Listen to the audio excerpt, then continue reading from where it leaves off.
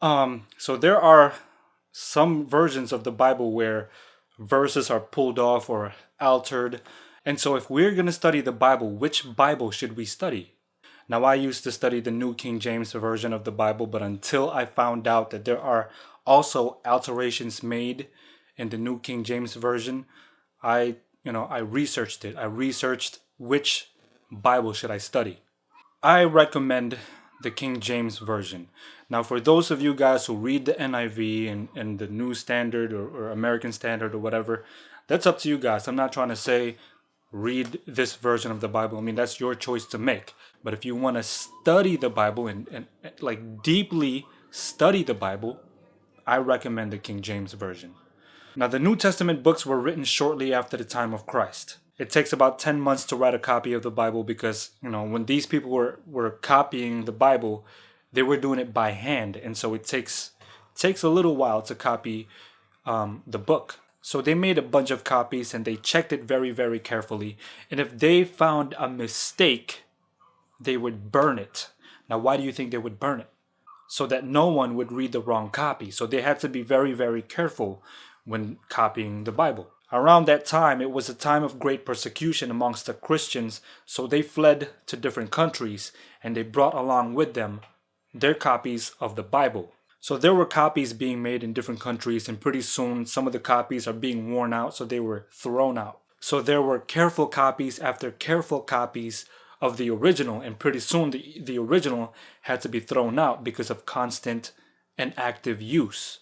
In the early 1500s, they decided to make an English version, and so I think it was Erasmus and Luther and Tyndale, they started translating it to English. So what they did was they gathered about 5,000 copies of manuscripts from countries all over the world, and this group of manuscripts became known as the Receptus, or the received text, the Textus Receptus. They couldn't find any difference in these scrolls except for names and cities, different spellings of names and cities, and that was pretty much it. That was the only difference that they found in these in the Textus Receptus. And so using this original manuscript, the Textus Receptus, around 1600s, I believe, the King James Version was made. Meanwhile, there was a cult down in Alexandria, Egypt. The name of the cult was the Alexandrians. Now, these people wanted everybody to think that they're Christians, even though they believe things that the Bible doesn't teach. And so they made their own version of the Bible. So they pulled verses out, they altered a couple verses. So they pretty much made a very careful counterfeit of the Bible. They made copies of this counterfeit Bible, two of which is called the Sinaiticus and the Vaticanicus. Now, these two streams of the counterfeit Bible are still around today, translated in English, they just have different names. Now, imagine carrying around and studying out of a counterfeit Bible, and you won't even know it. So, from these two streams of the counterfeit Bible came some of the more popular English versions being read today.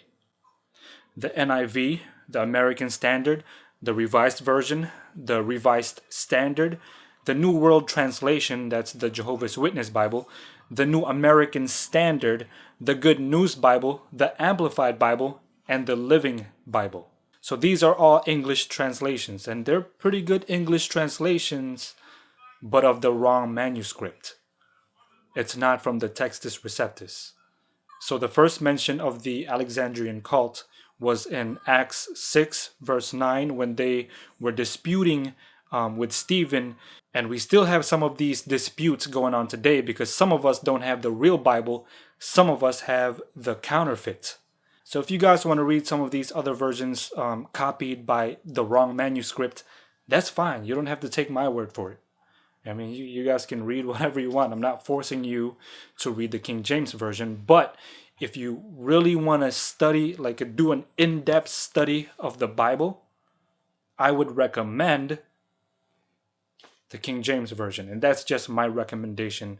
I'm not forcing you to read the King James Version. You believe what you want to believe. I'm not forcing you to believe what I believe. But do some research on it, man. Do some research on the Bible. Which Bible should you read? That's what I did. I did my research, and I came to believe that the King James version is the best Bible to study with, and that's what I recommend. If you guys want to do a more in-depth study and research of this, there's a couple of links in the description box. There's a video. There's a couple videos actually from Pastor Walter Veith. He examines all of these versions side by side and see which alterations were made and see which verses were pulled off. You know what I'm saying? So if you guys want to do that, do some research. I have all the links in the description box below. Schoolforprophets.tv, in the tools tab, I'll give you guys a link to everything you need to research this subject. So before we start studying the Bible, we gotta know which Bible to study with, right? That's very, very important. We gotta know the actual word of God and not the counterfeit word of God. That's very important for all of us, not just me, not just you, the people around us, right? We gotta tell these people. We gotta tell people. So in conclusion, which Bible do I recommend to study? The King James Version.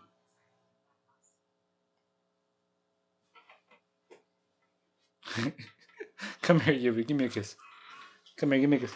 Give me a kiss. Give me a kiss.